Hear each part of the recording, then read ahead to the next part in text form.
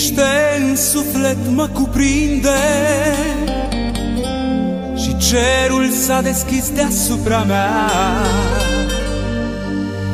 Eu cred că a venit momentul să mă destăinui, draga mea, să spun ce nu ți-am spus vreodată, chiar dacă poate tu știai. Ești cea mai minunată fată, în viața mea ai coborât din rai.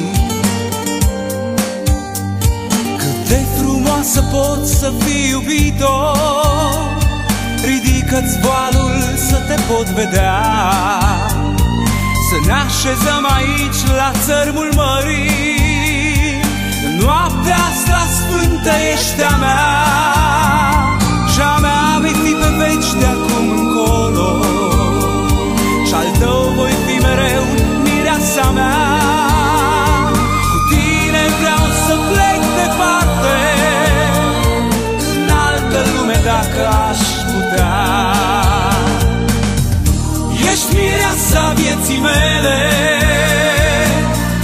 tu ești tot ce mi-am dorit, printre sutele de stele.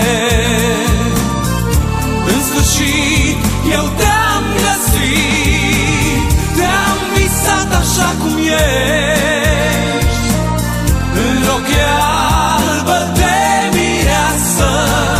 Vreau să vină întreaga lume să-mi vadă inimii aleasă.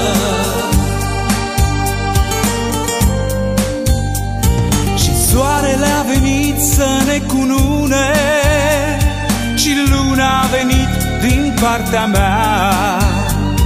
Pe tine eu te